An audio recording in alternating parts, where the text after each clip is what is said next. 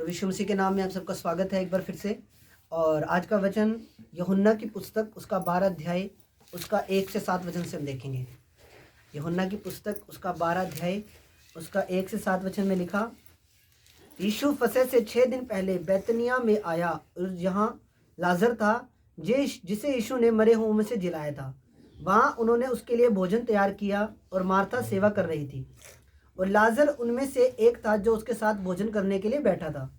तब मरियम ने जटामासी का आधा सेर बहुमूल्य इत्र लेकर यीशु के पांवों पर डाला और अपने बालों से उसके पांव पोंछे और इत्र की सुगंध से घर सुगंधित हो गया। परंतु उसके चेलों में से यहूदा इस्करियोती नाम का एक चेला था जो उसे पकड़वाने पर था। कहने लगा, यह इत्र 300 दिनार में बेचकर कंगालों को क्यों न दिया गया। उसने यह बात इसलिए नहीं कही कि उसे कंगालों की चिंता थी, परंतु इसलिए कि वह चोर था और जो उसमें जो कुछ डाला थैली इसलिए वह चोर था और उसके पास उनकी थैली रहती थी और उसमें जो कुछ डाला जाता था वह निकाल लेता था। यीशु ने उससे कहा, उसे रहने दो, उसे यह मेरे गाड़े जाने के दिन के लिए रखने दो, क्योंकि कंगाल तो तुम्हारे साथ सदा रहते हैं परंतु मैं तुम्हारे साथ सदा नहीं रहूंगा। यहाँ पे बच्चे में लिखा, प्रभु यीशु मसीह एक जगह पे गए, एक इनवाइट किया प्रभु को खाने पे किसी ने। तो वहां पे जब यीशु मसीह गए तो वहां पे एक लेडीज आई और उस लेडीज ने प्रभु के इत्र मला, पैरों के ऊपर इत्र उंडेला प्रभु के। ठीक है, पर जो वहां के जो प्रभु यीशु मसीह के चेला था एक यहूदा इस्करियोती, जिस चेले ने प्रभु यीशु मसीह को पकड़वा भी दिया था 30 चांदी के सिक्कों के बदले, वो बोलता कि प्रभु यीशु मसीह के ऊपर इत्र क्यों डाल दिया, क्यों यीशु मसीह के ऊपर वो कर दिया, ये इत्र तो बेच के कंगालों को दिया जाता, दे देना था उसको। उसने ये बात इसलिए नहीं बोली कि वो बड़ा उसके मन में कंगालों के लिए चिंता थी, गरीबों के लिए चिंता थी। उसको ये था कि वो उसके पास थैली रहती थी और उस थैली के अंदर से वो चोरी भी करता था। ठीक है, एक चोर था वो। तो जब वो तेल जब उसके ऊपर उंडेला तो वो तेल से वो जब इत्र उंडेला तो इत्र से पूरा घर सुगंधित हो गया। पर जो वो इत्र था, जो बहुमूल्य इत्र था, वो जो मरियम लेके आई थी, वो एक भेंट के रूप में लेकर आई थी प्रभु यीशु मसीह के पास। जो उसकी भेंट थी वो उसके प्रेम को और उसकी धन्यवाद को व्यक्त करती है, उसकी धन्यवाद को दिखाती है, उसके प्रेम को दिखाती थी यीशु मसीह के लिए। वो जो इतना बहुमूल्य भेंट लेकर आई, इत्र लेके आई प्रभु के लिए। ठीक है, और वो इत्र इतना ज्यादा महंगा था कि 1 साल की कमाई किसी मजदूर की अगर हो तो वो उतनी वो उस इत्र की थी। वो प्रभु के लिए उत्तम, अति उत्तम भेंट लेकर आई। हालेलुया, अति उत्तम भेंट लेकर आई प्रभु के लिए वो। और उसने प्रभु के लिए वो इत्र प्रभु के पैरों पे उंडेल दिया। प्रभु के लिए वो इत्र लेकर आई इतना महंगा। पर ये जो बहुमूल्य भेंट थी, ये उसके प्रेम को और उसके प्रेम को व्यक्त करती है, उसके प्रेम को दिखाती है मरियम के। अपने प्रभु को जब भी देना, हमने बहुमूल्य देना, अच्छा देना, ठीक है, क्योंकि वो राजाओं का राजा है। ठीक है, एक चीज समझो, प्रभु यीशु मसीह राजाओं का राजा, और राजा को जब देते हैं तो राजा को कभी भी दान नहीं देते, राजा को हमेशा भेंट दी जाती है। और भेंट जब देते हो तो उत्तम दो। मरियम ने प्रभु के लिए उत्तम भेंट दी, प्रभु को उत्तम बहुमूल्य भेंट दी प्रभु को उसने। इसलिए हम भी जब प्रभु को बहुमूल्य भेंट देते हैं तो वो उस चीज के द्वारा हमारे रास्ते खुलते हैं यीशु मसीह के नाम से। क्योंकि बाइबल में भी लिखा हुआ है कि भेंट के द्वारा, तेरी भेंट के द्वारा तेरे रास्ते खुलेंगे। तेरी भेंट के द्वारा जो रास्ते अभी तक बंद है वो खुलेंगे यीशु मसीह के नाम में। हालेलुया। हम अपना प्रेम जो है वो यीशु मसीह को कैसे दर्शा सकते हैं? घर पे प्रार्थना करके, रोजे रख के, वो तो हम खुद के लिए कर रहे हैं। पर हम प्रभु के लिए कैसे अपने प्रेम को दिखा सकते हैं कि प्रभु हम रियल में तुझसे प्रेम करते हैं? आप अपनी भेंटों के द्वारा ये चीज दिखा सकते हैं कि प्रभु हम रियल में तुझसे प्रेम करते हैं। कुरनेलियस के घर जब परमेश्वर का एक फरिश्ता आया, स्वर्गदूत आया, तो बाइबल में लिखा जो कुरनेलियस था वो दान देता था यहूदी लोगों को, वो प्रार्थना करता था और वो दान देता था और प्रभु के भय में भी रहता था। 3 क्वालिटी थी उसके अंदर कि वो प्रभु को दान भी देता था, प्रार्थना भी करता था और प्रभु का भय भी मानता था। ये 3 क्वालिटी हमारे अंदर होनी चाहिए। हालेलुया। अगर हमें भी प्रभु के लिए, अगर हम प्रभु में बढ़ना चाहते हैं, अगर हम भी चाहते हैं कि स्वर्गदूत हमारे घर पे आए, फरिश्ते खुदा के हमारे घर पे आए, हमसे बातचीत करें, तो उसके लिए भी आपको के अंदर ये 3 क्वालिटी होनी चाहिए। मरियम जब लेके गई खुदा के सामने तो उत्तम लेके गई। बाद में चेलों ने उसको बोला कि इतना क्यों, मतलब इतना महंगा तेल, महंगा इत्र वेस्ट कर दिया गया। प्रभु ने उसको बोला कि ये उसने मेरे गाड़े जाने के लिए किया। ठीक है, हालेलुया। प्रभु यीशु मसीह जो थे, यीशु मसीह को पता था कि मैंने अपनी जवानी के अंदर क्रूस पे चढ़ना है। यीशु मसीह को पता था कि मैंने अपनी जवानी का गाढ़ा लहू मेरे बच्चों के लिए बहा देना है। क्योंकि नूह के टाइम के अंदर अगर देखें तो परमेश्वर ने जल प्रलय के द्वारा सारी पृथ्वी नाश कर दी थी। प्रभु ने बोला, यहोवा परमेश्वर ने कहा था कि मैं मनुष्य को बना के पछता रहा हूं, जो कुछ भी इनके मन में उत्पन्न हो रहा है वो सब बुराई उत्पन्न हो रही है, पाप उत्पन्न हो रहा है, और इनके मन में कुछ भी उत्पन्न नहीं हो रहा। बुराई को छोड़ इनके मन में कुछ भी उत्पन्न नहीं हो रहा है। मैं मनुष्य को बना के पछता रहा हूँ पृथ्वी पे, और अब मैं क्या करूंगा, मैं नाश कर दूंगा सब कुछ। और परमेश्वर ने जल प्रलय के द्वारा सब कुछ नाश कर दिया। जल प्रलय के द्वारा जब नाश किया तो पूरी पहाड़ियां डूब गई, सब कुछ डूब गया, इतना बरसात आई, आसमान के झरोके खोल दिए, बारिश हुई, सब नाश कर दिया। फिर सिर्फ एक नूह और उसका परिवार बचाया गया था, जो कश्ती के अंदर जब उन्होंने बनाई थी, और कश्ती में वो रहे थे, और कश्ती के अंदर रहने के बाद वो बचा था परिवार। उसके बाद जब नूह ने भेंट चढ़ाई परमेश्वर को, क्या चढ़ाई? भेंट चढ़ाई। जब उसने दोबारा वेदी बनाई, जब सब जल घट गया पृथ्वी पे, जब उसने भेंट चढ़ाई प्रभु को, तो जब वो भेंट परमेश्वर के नथनों तक पहुंची, जब वो सुगंध उसकी पहुंची परमेश्वर तक, तो परमेश्वर ने बोला था कि आज के बाद मैं कभी भी पृथ्वी को इस तरीके से नाश नहीं करूंगा। और उसने नहीं किया। नूह के बाद ऐसा नहीं था कि लोगों ने पाप करना बंद कर दिया हो, लोग आज भी पाप कर रहे हैं, गुनाह कर रहे हैं। हालेलुया। मेरे को प्रभु का आत्मा कल परसों बात कर रहा था, अमेरिका के अंदर इतना ज्यादा पाप बढ़ चुका है, परमेश्वर का क्रोध अमेरिका के ऊपर प्रकट होने वाला है। आप देखोगे आने वाले टाइम के अंदर अमेरिका के अंदर कोई जो मतलब चर्चे थी, जो भी था, वो सब कुछ, अब सब इतनी वो आत्मिकता नहीं रही वहां पे, वो सब सिस्टम खराब हो गया वहां पे। अब अमेरिका के अंदर देखना आप आने वाले टाइम के अंदर, आप न्यूज सुनोगे आने वाले टाइम के अंदर, क्योंकि वहां पे पाप बहुत ज्यादा बढ़ चुका है और वो लोग तौबा भी नहीं कर रहे हैं। हालेलुया। ऐसा नहीं था कि नूह के टाइम पे पाप करना बंद कर दिया हो, नूह के टाइम पे पाप करना बंद कर दिया हो, उसके बाद भी लोग पाप कर रहे हैं, आज भी कर रहे हैं पाप। ठीक है, पर जब हम देखते हैं कि नूह ने जब भेंट चढ़ाई परमेश्वर को, जब उसने बलिदान चढ़ाया, होम बलि करी परमेश्वर के सामने, जब उसकी सुगंध परमेश्वर तक पहुंची, तो परमेश्वर ने बोला कि आज के बाद मैं कभी भी इस तरीके से पृथ्वी को नाश नहीं करूंगा। अब उसके बाद भी पाप तो हो रहे हैं। फिर परमेश्वर ने एक रास्ता निकाला, परमेश्वर ने यीशु मसीह को भेजा। यीशु मसीह आए धरती पे, यीशु मसीह ने हम सबका पाप अपने ऊपर लिया, हम सबके पापों को अपने ऊपर लेके वो सलीब पे कुर्बान हो गया। क्योंकि पुराने नियम के अंदर क्या होता था, जब किसी इंसान से कोई पाप होता था, तो वो एक भेड़ या एक बकरा लेकर या एक लेके वो याजक के सामने जाता था, और वो याजक प्रार्थना करता था कि इस इंसान के सारे पाप जो भी से गलतियां हुई हैं वो इस बकरे पे डाल दो, या इस मेमने पे डाल दो, या इस भेड़ पे डाल दो, और उस भेड़ को उस इंसान की जगह पे बलिदान किया जाता था, और वो इंसान बचता था। इस तरीके से सेम उसी तरीके से नए नियम के अंदर भी फिर अब हमें कुछ बलिदान करने की जरूरत तो नहीं है, पर यीशु मसीह जो परमेश्वर का मेमना है, जो जगत का पाप उठा ले जाता है, वो आया धरती पे। उसने एक इंसान का नहीं, एक जाति का नहीं, एक धर्म का नहीं, पूरे वर्ल्ड का पाप अपने ऊपर उठाया, परमेश्वर का मेमना बना, और वो सलीब पे कुर्बान हो, ताकि हमारा छुटकारा हो सके। हालेलुया। यीशु मसीह को पता था कि मेरा जन्म ही इसलिए हुआ है कि मैंने कुर्बान होना, एक दिन मैंने मानव जाति का पाप अपने ऊपर उठाना।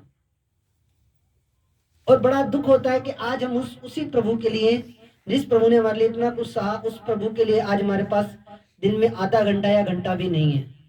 बड़ी दुख की बात है ये। प्रभु के जख्म हरे होते हैं जब इंसान कोई पाप करता है, उसकी कीलों के जो छेद है वो जख्म उसके हरे हो जाते हैं। आपका पिता, आपका परमेश्वर आपसे प्रेम करता है, वो आपके साथ टाइम स्पेंड करना चाहता है, वो आपका पिता है, वो आपके साथ फेलोशिप करना चाहता है, आपके साथ बैठना चाहता है, आपके साथ खाना खाना चाहता है, आपके साथ रहना चाहता है। उस प्रभु के लिए आज हमारे पास आधा घंटा भी नहीं है।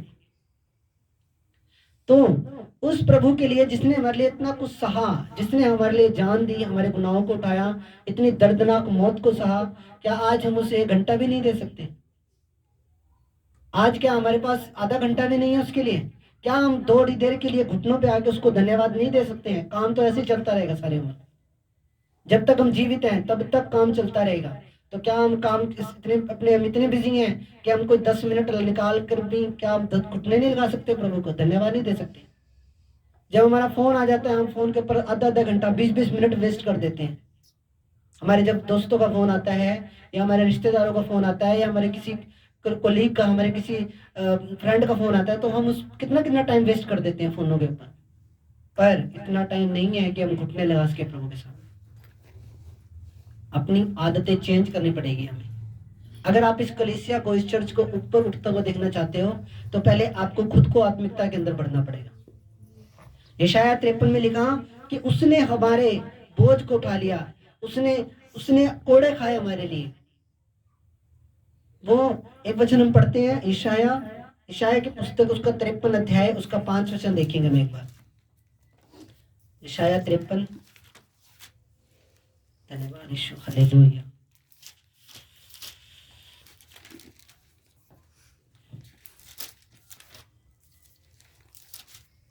हालेलुया, धन्यवाद परमेश्वर। यहाँ पे लिखा, निश्चय उसने हमारे रोगों को सह लिया और हमारे दुखों को उठा लिया, तो भी हमने उसे परमेश्वर का मारा कुटा और दुर्दशा में पड़ा हुआ समझा। परंतु वह हमारे ही अपराधों के कारण घायल किया गया और हमारे अधर्म के कामों के कारण कुचला गया। हमारी ही शांति के लिए उस पर ताड़ना पड़ी कि उसके कोड़े खाने से हम लोग चंगे हो जाएं। किसके अपराधों के कारण? हमारे अपराधों के कारण। हमारे अपराधों के कारण वो घायल किया गया, हमारे अधर्म के कामों के कारण वो कुचला गया। हमारी शांति के लिए उस पर ताड़ना पड़ी कि उसके कोड़े खाने से हम लोग चंगे हो जाएं। आज एक व्यक्ति जब प्रभु में आता है, वो अपनी बीमारी से आजाद होता है, फ्री होता है। क्यों होता है? क्योंकि प्रभु यीशु मसीह ने कीमत चुका दी है। 40 कोड़े खा लिए आपके लिए, ठीक है। एक वैज्ञानिक ने रिसर्च की, तो उसने अपनी रिसर्च में पाया कि जितनी भी इस पूरे वर्ल्ड के अंदर बीमारियां हैं, उसके अंदर 39 जड़ें हैं उन बीमारियों की। टोटल जो जड़ है, उनकी जो मेन कारण है, जो जड़ें हैं बीमारी की, वो 39 हैं। और प्रभु यीशु मसीह ने 39 ही कोड़े खाए। हर एक बीमारी के लिए नहीं, बीमारी की जड़ के लिए कोड़े खाए हुए यीशु मसीह ने आपके लिए। तभी आज आप चंगाई पाते हो, शिफा पाते हो। हमारी शांति के लिए उस पर ताड़ना पड़ी, हमारी शांति के लिए। आज जब व्यक्ति प्रभु में आता है, उसको बड़ा सुकून लगता है, उसको बड़ी शांति महसूस होती है।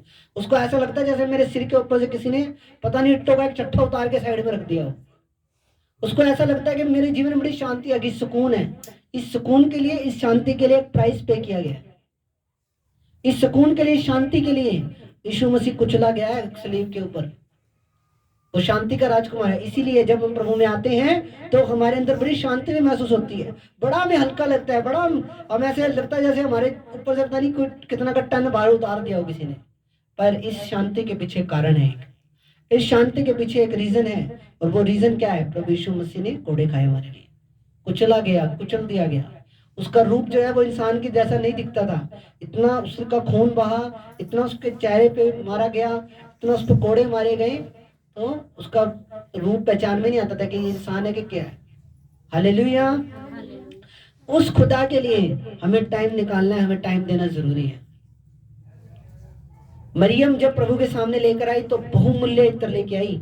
ऐसे नहीं कि उसने यीशु मसीह की वैल्यू को समझा कि यीशु मसीह राजाओं का राजा है, यीशु मसीह सर्वशक्तिमान है, वो मुझसे प्रेम करने वाला परमेश्वर है। मैं मेरे खुदा के सामने ऐसे नहीं कि कुछ भी ले गई, नहीं, वो अपने परमेश्वर के सामने बहुमूल्य चीज लेके गई। हालेलुया। प्रभु ने उसको बोला कि जब तक इस धरती के ऊपर ये वचन रहेगा, तब तक इस बात की चर्चा हर जगह होगी कि इतना बहुमूल्य इत्र प्रभु के ऊपर उंडेल दिया उसने, उसका प्रभु का अभिषेक करा उसने। हालेलुया। तो जब चेले कुड़कुड़ा रहे थे, बुड़बुड़ा रहे थे, बोला कि इसको तो बेच के, वो प्रभु ने बोला कि कंगाल तुम्हारे साथ हमेशा रहेंगे, गरीब तुम्हारे साथ हमेशा रहेंगे, मैं तुम्हारे साथ सदा नहीं रहूंगा। एक वचन हम और देखेंगे, यूहन्ना की पुस्तक, उसका 12, उसका 35। यूहन्ना 12, उसका 35 वचन से देखेंगे हम। धन्यवाद परमेश्वर, हालेलुया। यूहन्ना 12 उसका 35।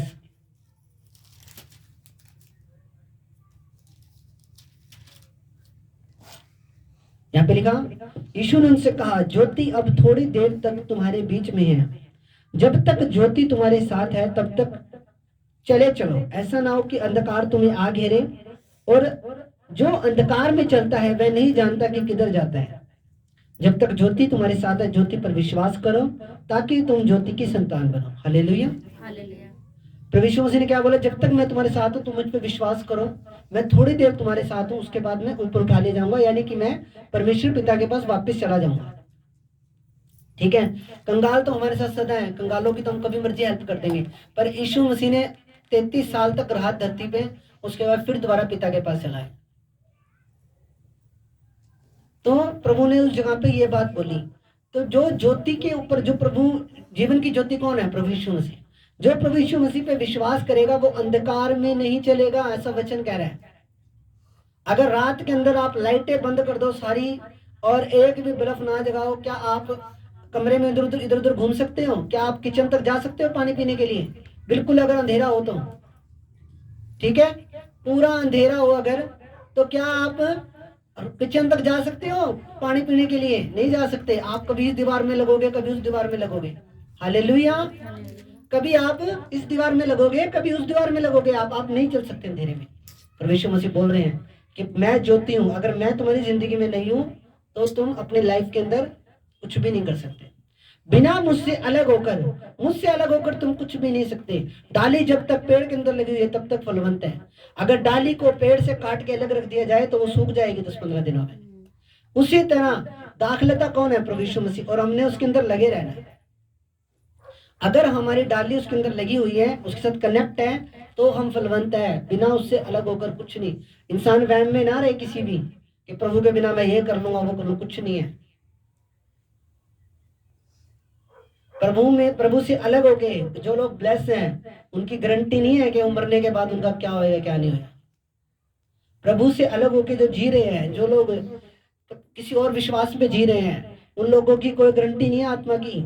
सिर्फ बाइबल प्रभु यीशु मसीह आपकी गारंटी लेता है कि मैं तेरे प्राण को अधोलोक में ना छोड़ूंगा, नरक में ना छोड़ूंगा, मैं तेरे प्राण को अपने साथ स्वर्ग में रखूंगा, मैं तुझे अपने साथ सिंहासन पर बिठाऊंगा, मैं तुझे अपने साथ रखूंगा, तुझे जीवन जल के सोतों के पास लेके जाऊंगा, तुझे स्वर्ग के अंदर जो पेड़ लगे हैं उनसे फल खाने के लिए दूंगा। कोई इतनी गारंटी ले रहा है? कोई नहीं ले रहा। प्रभु यीशु मसीह गारंटी लेता है आपकी आत्मा की। आपके जब तक आप इस धरती पे हो तब तक की गारंटी लेता है, उसके बाद आपकी आत्मा की भी गारंटी लेता है। और क्या चाहिए हमें?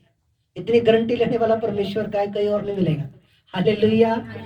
बोल रहा धरती पे, जब तक तुम धरती पे हो तब तक भी संभालूंगा, उसके बाद जब तुम इस संसार को छोड़ के चले जाओगे तब भी तुम्हें संभालूंगा मैं। ऐसे नहीं कि मरने के लिए छोड़ दे, जा मर जाके, नहीं। वो आपसे प्रेम करता है, एक माँ से भी अधिक प्रेम करता है। जिस परमेश्वर ने माँ के अंदर ममता को डाला, वो परमेश्वर आपसे खुद, जिसने माँ को बनाया वो खुद आपसे कितना प्यार करेगा, इस चीज को सोच के देखना कभी। जिसने माँ के अंदर ममता को डाला उसकी ममता कितनी बड़ी है, उसकी खुद की ममता कितनी बड़ी है, ये सोचो आप। हालेलुया। तो प्रभु यीशु मसीह जो है वो आपसे प्रेम करते हैं। उसका जो फोकस था यहूदा इस्करियोती का, उसका फोकस था कि मैं धरती पे धन इकट्ठा कर लूं। हाँ जी, थोड़ा बहुत थैली से निकाल लिया, थोड़ा बहुत यीशु मसीह को पकड़वा के इधर उधर से आ गया। हाँ जी, उसका ध्यान क्या था? पैसे इकट्ठा करने पे था, संसारिक चीजों में। पैसा क्या हो गया? संसारिक चीजें। दिनार इकट्ठे कर लूं मैं। हाँ जी, दिनार इकट्ठे करने पे उसका फोकस था। उसको ये था कि ठीक है, मरियम सारा इत्र बेच देती और इत्र बेच के लाके मेरे को दे देती, सारे पैसे मैं थैले में रखता, थैले में से कुछ मेरा अपना भी बन जाना था, अपना तो पत्ता कट्टी हो गई बीच में से। हालेलुया। कहा तो मरियम इत्र बेच के, इतना बहुमूल्य इत्र था, अपना भी कोई बीच में थोड़ा बहुत कमीशन बढ़ जाता, इत्र बेच के जो पैसा आता उसमें थोड़ा बहुत आप भी रख लेते, पर उसकी ये योजना फेल होगी। तो इसलिए वो चिढ़ गया। हालेलुया। तारीफ करो प्रभु की एक बार। हालेलुया। ये प्रकाशन आज नहीं खुला है, शायद आपने कभी सुना भी नहीं होगा, मैंने भी नहीं सुना। प्रभु का आत्मा बात कर रहा है। वो चिढ़ गया कि मेरा नुकसान हो गया मेरा, इसलिए वो चिढ़ गया वो, इसलिए उसने ये बात बोली कि ये तो बेच के इसको कंगालों को दे देना था, ये कर देना था, गरीबों को दे देना था। नहीं, राजाओं का राजा है, उसके लिए बहुमूल्य भेंट लेकर आओ, उसके लिए उत्तम चढ़ाओ, और देखो फिर आपके रास्ते कैसे खुलते हैं यीशु मसीह के नाम में। हालेलुया। जिसने बोया नहीं उसने काटा भी नहीं, अगर जिसने बोया नहीं उसने काटा भी नहीं, बोगे तभी फसल आएगी, तभी सब कुछ होएगा। तो यहूदा इस्करियोती जो था उसका फोकस क्या था कि मैं धन इकट्ठा कर लूं, मैं दिनार इकट्ठे कर लूं, मैं चांदी के सिक्के इकट्ठे कर लूं, चाहे किसी मर्जी तरीके से मुझे इकट्ठा करना पड़े। आजकल संसार के अंदर यहूदा इस्करियोती का आत्मा काम कर रहा है।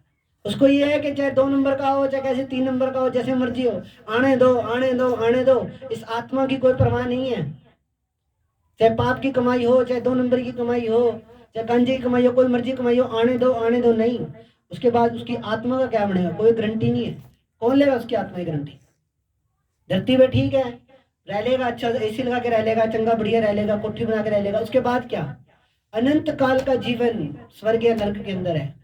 पृथ्वी के ऊपर जो है आपका, वो कितने साल के लिए? 70, 80, 60, 50, इतनी उम्र रहेगी। अब जैसे जैसे पाप बढ़ता जा रहा है, उम्र भी घटती जा रही है। ये चीज नोट करी आपने? बहुत ज्यादा उम्र घट गई है, बहुत उम्र घट, जैसे पाप ग्रो कर रहा है, पाप बढ़ रहा है धरती पे, वैसे धीरे धीरे उम्र भी कम होती जा रही है। 55-56 साल की उम्र आ गई है व्यक्ति की। 120 रखी थी परमेश्वर ने। उसके बाद जैसे जैसे इंसान पाप करते रहे उम्र धीरे धीरे घटती रही। 120 से 105, 105 के बाद 100, 100 के बाद 90, 90 के बाद 80, 80 के बाद 70, अब 60 के नेड़े तक लग जाता है बंदा। 60 तक अगर कोई जीता है तो ठीक है, बोला जाता है एवरेज है, ठीक है। तो पाप करने की वजह से क्या हुआ, उसके जो जीवन से वो एंड में क्या हुआ, युद्ध संस्कृति का अंत देखो आप। आज के टाइम के अंदर भी संसार के अंदर बहुत से लोग ऐसे हैं जो कि किसी भी तरीके से धन को इकट्ठा करने की कोशिश करते हैं, पर आप उनका अंत देखो। आज धरती पे तो हो सकता है वो चंगी गड्डियों में घूमे, चंगे कारों में घूमे, चंगे बुलेट मोटरसाइकिलों पे घूमे, पर उनका अंत क्या है? उनके अंत की स्टोरी देखो। आज हो सकता है उनके पास चंगी कोठियां हो, चंगे प्लॉट हो, चंगी सब कुछ हो, पर नहीं, वो जीरो है, कुछ नहीं है। वो ऊपर ऊपर का सिर्फ। उनका अंत देखो, उनका अंत क्या होगा, पूरी उनकी स्टडी करो, उनका अंत कैसा होगा उनका। आज धरती पे बल्ले बल्ले हो जाएगी, और उसके बाद क्या है? उसी तरह जब निर्धन लाजर की लाजर की कहानी जब हम देखते हैं, और नहीं सॉरी धनी व्यक्ति और निर्धन लाजर की, उसकी जब हम 16 में देखते हैं, उसके अंदर भी क्या है? उसके अंदर भी क्या होता है? वो एक व्यक्ति जो जो धनी होता है वो नरक में चला जाता है, और जो निर्धन होता है वो स्वर्ग में अब्राहम की गोद में चला जाता है। धरती पे रह के उसने, धनी ने बड़ी बल्ले बल्ले करी, अपनी बड़ी चंगा खाना, चंगी पार्टियां करनी, चंगा सब कुछ करना, बाद में उसका अंत क्या हुआ? नरक चला गया, अनंत काल के लिए नरक में। ऐसा नहीं है कि नरक में मतलब कहीं बीच में कोई सीढ़ी लगी हुई है। बाइबल ने खाई है एक बहुत गहरी, ना उधर का बंदा इधर, ना इधर का बंदा उधर। अंत देखो, पूरी स्टोरी देखो, ये ना देखो भी हाँ जिसके टाइम उसके जीवन में तो ये आशीष है उसके जीवन। नहीं, हमारे पास अगर यीशु मसीह है तो हमारे पास दुनिया की सबसे बड़ी आशीष है। ये तो आपको आपके पीछे पड़ के मिल जाएंगी चीजें, गड्डियां, कारें हैं, कुछ मकान है, प्रॉपर्टी है, कुछ भी है, ये चीजें आपको आपके पीछे पड़ के मिलेगी। ये प्रोफेसी है मेरी आपके लिए, आने वाले टाइम के अंदर ये पीछे पड़ के मिलेगी आपको। आपको घबराने की जरूरत नहीं, डिप्रेशन में जाने की जरूरत नहीं। यीशु मसीह आपके साथ है, वो आपके लिए एक उत्तम योजना बना रहा है, वो आपके लिए एक उत्तम योजना बना रहा है, वो आपके लिए प्लानिंग कर रहा है, वो आपके लिए एक अच्छी जॉब ढूंढ रहा है, वो आपके लिए अच्छे बिजनेस का इंतजाम कर रहा है। वो ऐसे बैठा नहीं है, वो आपके लिए इंतजाम में लगा हुआ है यीशु मसीह के नाम में। हालेलुया। बाइबल लिखा गुड बेटर बेस्ट, खुदा ने आपके लिए बेस्ट रखा हुआ है। गुड नहीं, बेटर नहीं, बेस्ट आएगा आपके लिए यीशु मसीह के नाम में। आमीन, हालेलुया। विश्वास करते हो आप? आपके लिए बेस्ट रखा हुआ है खुदावन ने। मेरे वचनों को, मेरे वर्ड्स को याद रखना। आपके लिए गुड नहीं आ रहा, बेटर नहीं आ रहा, बेस्ट आ रहा है यीशु मसीह के नाम में। ठीक है, तो प्रभु को देने के लिए हमेशा आगे रहो, बहुमूल्य लेकर आओ प्रभु के लिए। प्रभु के लिए जब आप अपनी भेंट को लेकर आते हो, बाइबल में लिखा भेंट एक इंसान के लिए रस्तों को खोलती है। वो आपकी बरकत है, वो आपकी आशीष है जो आप प्रभु के भवन में लेकर आते हो, वो आपकी बरकत है। पर आप कई बार इंसान अपनी बरकत खुद अपने हाथ से खराब कर लेते हैं। हालेलुया। भेंट आपके लिए रस्तों को खोलेंगी, तो खुदा आपको आशीष दे, ठीक है, आपको इन वचनों के द्वारा प्रभु ने आज आपसे बातचीत की है। और घर पे जाके भी यूट्यूब पे वचन सुना करो। अगर आपको अब आप अगले संडे चर्च आओगे तो ये एक हफ्ते की स्टडी है आपकी, एक किस्म की ये शिक्षा है एक हफ्ते की आपकी। इसको पूरा खाओ, इसको बार बार लगाओ घर में, वचन सुनो, यूट्यूब पे सुनो। हालेलुया। यूट्यूब आप लोग जितने भी बैठे हो सारे मैंने ग्रुप के अंदर ऐड किए हुए हैं, सारे ऐड है। हर संडे वचन डाला जाता है, लिंक ग्रुप में डाला जाता है। पास्टर विक्की जेम्स ऑफिशियल के नाम से जो ग्रुप है उसमें हर संडे लिंक शेयर होता है। उस लिंक को खोलो, उसको वचन को सुनो और एक हफ्ते की टीचिंग आपकी है। आओ हम दुआ करें। महान और जीवित परमेश्वर यीशु मसीह नासरी प्रभु, आपका धन्यवाद करते हैं पिता। प्रभु जो वचन आज आपकी कलीसिया ने सुना है प्रभु, आज आपने अपने बेटे बेटियों से बातचीत की है पिता, मैं विश्वास करता हूँ पिता।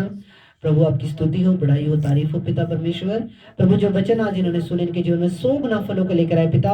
प्रभु आज के वचन के महत्वता को ये समझे प्रभु, वचन की शिक्षा को समझे पिता। कोई शैतान अंधकार इन वचनों को चुरा ना पाए पिता। ये वचन इनके दिल रूपी पट्टियों पे लिखे जाए। टच पवित्र आत्मा, धन्यवाद करता हूँ प्रभु आपका, प्रभु यीशु के नाम से प्रार्थना मांगते हैं, आमीन आमीन।